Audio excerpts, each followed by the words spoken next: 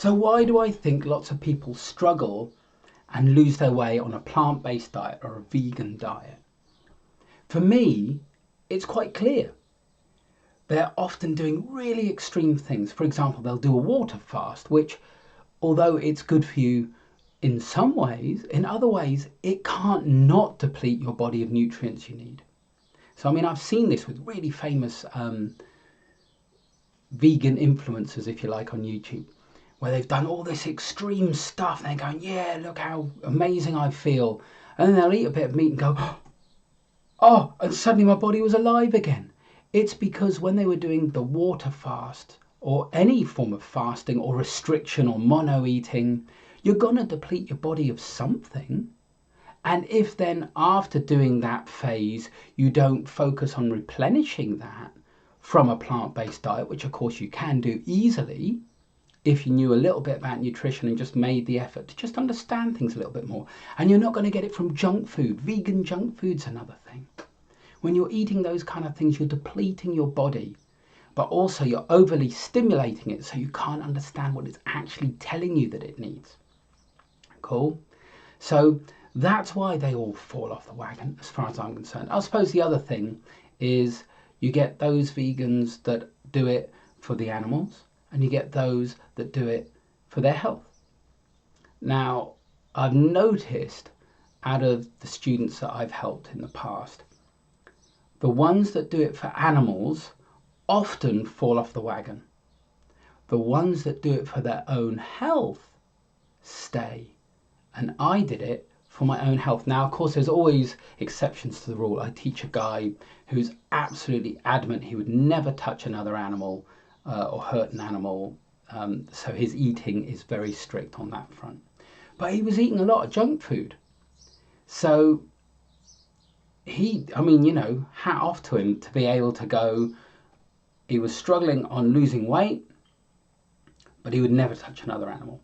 Now, I've met lots of people who've fallen off the wagon because they were only about saving the animals, and when it got to a point where their health, they were kind of like, I think it's affecting my health, they would just flip over and start eating meat again. Whereas myself, it is for my health. I noticed when I changed my diet, my health improved hugely. Now, it doesn't matter whether you say you need to eat animals for this or that, or dairy for this and that. I can tell you, I've done the experiments. It does not work. It makes me ill every single time. And I've tried to source the very best meats and the very best milks that you can, going as raw as possible, and none of it worked. I always noticed I felt worse off. Cool. So that's a little rant there. So my point is to stay on your plant-based or vegan diet. Firstly, don't eat a crappy vegan diet. There's so much junk food out there that's great for transitioning, but actually if you want to get the most benefit out of it, especially health benefits, go as clean as possible. Your taste buds will change quickly and you'll start to love the food that you eat and really enjoy eating. And secondly, what's my other point?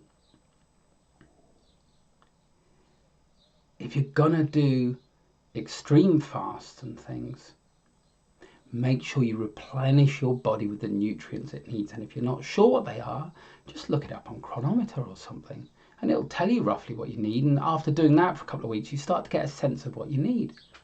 It's not that difficult. And you'll know when you've got it right because your body will be just happy and you won't graze all day long. You're grazing because your body's going, I need more food. When you give your food exactly what it needs, when you give your body exactly what it needs, it just stops and it's happy. And that's when you know you got it right. And that's why I knew after the first 17 odd days when I changed my exercising routine and I was starting to graze all day long, it's like, hang on, something's wrong. I made the adjustments yesterday and boom, I didn't overeat in the evening yesterday, and today I've had lots of energy and I'm good as gold. Now that is unfortunately what a lot of those vegans that fall off the wagon experience when they first eat meat again or dairy, and they confuse it with, it gave me something I needed that only animal products can give me. And that's not the case. It did give you something you needed that you depleted in your body because you were eating vegan junk food or fasting or mono dieting, without then at the end of that phase replenishing those stores of minerals or whatever it was you depleted your body of in the first place. Cool? So you should do that through plant-based. Just make sure you eat a varied diet of lots and lots of different things, constantly swapping it by listening to your body. If you're eating in a certain way and every day it's satisfying you and then suddenly it's not, that's because you're missing something. All you need to do is change it up a bit. Cool? Eat something that you haven't eaten in a while, as long as it's whole food, plant-based. For me, often I'll start to get a craving and I want something fatty. So I eat some pumpkin seeds and some sunflower seeds, literally a pinch of both. Done. And it's that, and it's such a nice feeling of not having to fight with, ooh, I've got a craving, I want this and that. Because you literally just, it's more of a habit. You think it and go, no, I'm all right.